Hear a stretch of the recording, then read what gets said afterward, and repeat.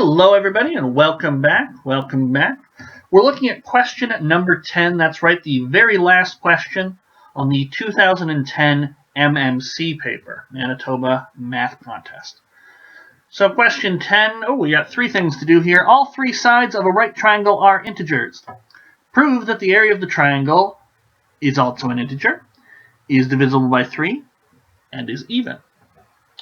Well, three sides of a right angle triangle being integer, I immediately think Pythagorean triples.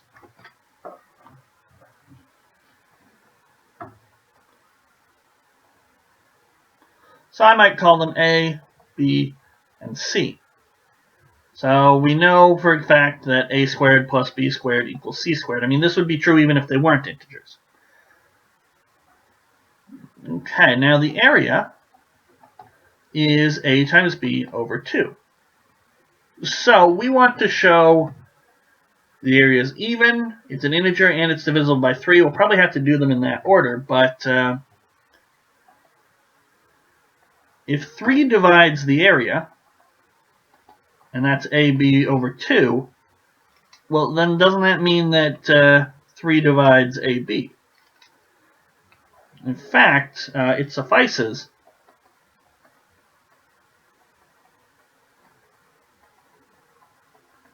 to show it's an integer. You just need to show AB is even, because then we can divide it by 2.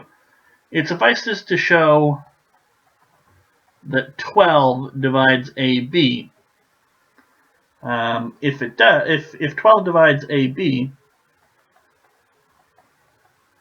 then let 12k be AB. Then the area is 6k, an integer, and that proves A. 3 definitely divides 6k, so that proves B. And 2 definitely divides 6k, so that proves C. So if I can show this, which I do know is true, because this is some of the stuff you'll learn about Pythagorean triples over the years, and I can think of a couple ways to show this. In fact, so I do know this is true, so I'm just going to shoot for that statement. Incidentally, you can. So this is like shooting fish in a barrel if you use this, but I don't think they would allow this because I think it would require some justification. But if I pick U, V, and K, I can generate all Pythagorean triples like this. K, it's 2k UV and k U squared plus V squared. The U and the V don't even have to be different. They do, however, have to be positive. But as long as we pick k, U, and V as integers, this is always true. And so if you do some modular arithmetic arguments, you can show that B is always going to,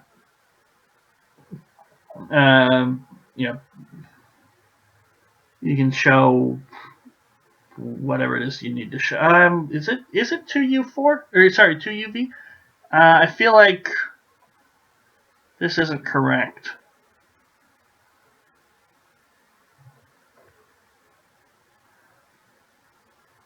No, actually, no, that's fine. Anyways, you'll be able to show A times B is a multiple of 4 and a multiple of 3 somewhere in there, just doing modular arithmetic arguments. Now, I think I am going to use a modular arithmetic argument, but I'm not going to bash it over the head with this hammer of this is how all Pythagorean triples work. Because I feel like on question 10, you should justify that. If you're just going to bring in, oh yeah, here's this well-known result. No, you should justify it a little bit, unless it actually has like a name or something like that. So, so I want to show AB is a multiple of 12. Okay. So, what can I do? I know A squared plus B squared is equal to C squared, but really, what else is there?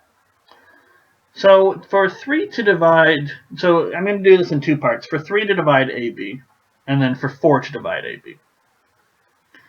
So if 3 divides AB, therefore 3 divides A, or 3 divides B. Maybe both, but we have to be able to show that at least one of them.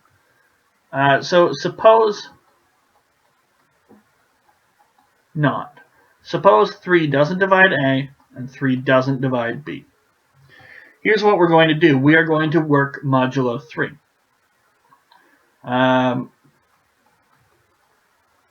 So let's consider 3k squared, 3k plus 1 squared, and 3k plus 2 squared.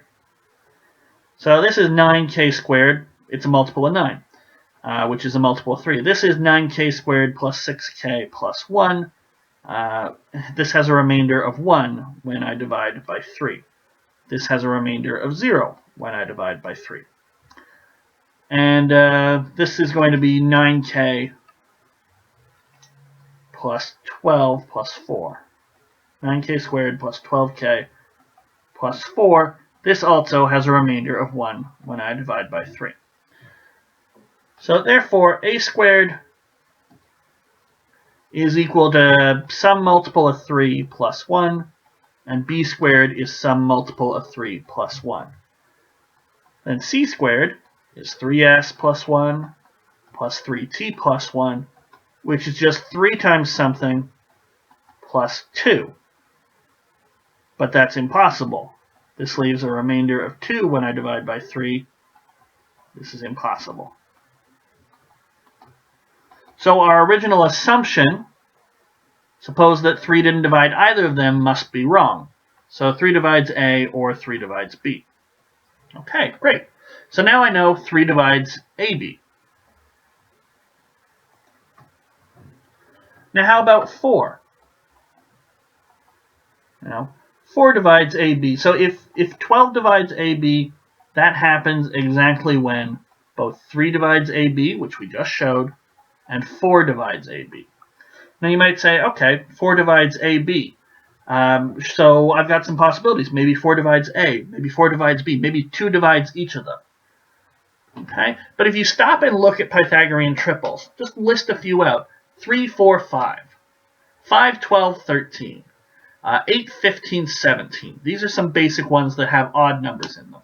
If you got multiples of 2 in everything, then yeah, everything's going to be at least a multiple of 2. But at these most basic ones, where there are odd numbers, there's always one that is even, but it's not just even, it's a multiple of 4.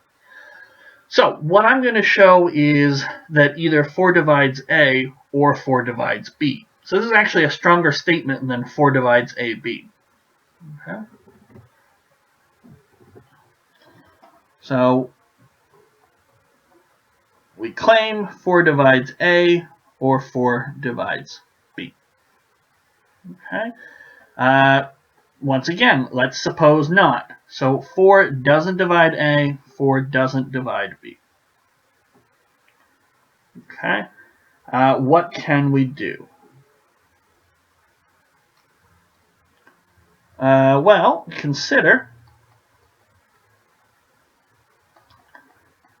a multiple of 4 squared, a multiple of 4 that leaves a remainder of 1 squared, remainder of 2 when we divide by 4, and a remainder of 3 when we divide by 4. And these are the only possible remainders you can have. So, this is a remainder of 0 when we divide by 4. 16k squared plus 8k plus 1. This is a remainder of 1. And these are things that you eventually sort of know, but I'm not saying you have to know them right now. If you've never seen this before, then this is all new to you. So we get a remainder of 0 when we divide by 4. But when it comes to things like squares and divisibility by 3 and 4, and there's some other nice numbers out there as well, looking at remainders is really, really nice because, and this is what we're about to see, 24. When I take a square and divide it by 4, I will either get a remainder of 1 or 0. So there's a remainder of 1 when we divide by 4. So if 4 doesn't divide A and 4 doesn't divide B, either we get remainders of 1 or a remainder of 0. Okay?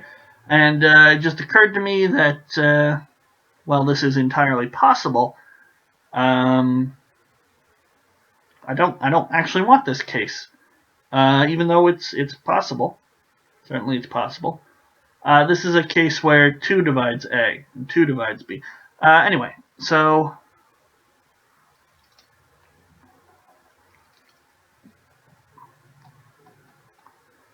So now let's see here. Suppose that a squared is 4s plus 1, b squared is 4t plus 1. So that'd be both a and b are odd. Then c squared is 4s plus t plus 4, and that has a remainder of 2 when we divide by 4. Impossible. Therefore, one of a or b, one of a squared or b squared is a multiple of 4. Maybe both.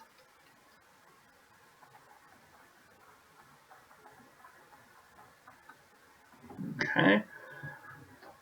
So then, if 4 doesn't divide a and 4 doesn't divide b, then they both have to look like this: 4k plus 2. And yeah, so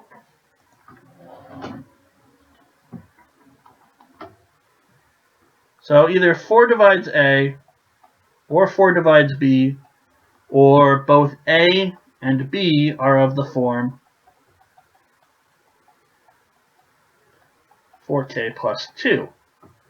But in this case, then 2 divides a and b, and therefore 4 divides ab, and so in either case 4 divides ab, and that tells me 12 divides ab. Because I already knew 3 divides AB, and now 4 divides AB, combine the two, 12 divides AB, and we're done. Because I already pointed out that if 12 divides AB, then we're all finished. I am a little unhappy with myself, because I was pretty sure I could show that 4 had to divide one of A or B, and this apparently is not exactly true.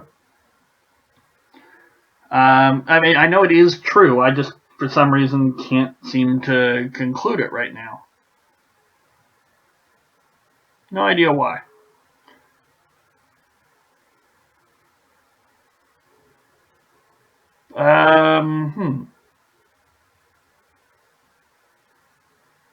Nope, nothing's coming to mind. I'm sure there is an argument for it, but you know, we finished the contest, so let's not dwell there. Let's be happy and celebrate. And that wraps up the 2010 paper. So thanks for watching. I'll see you guys next time.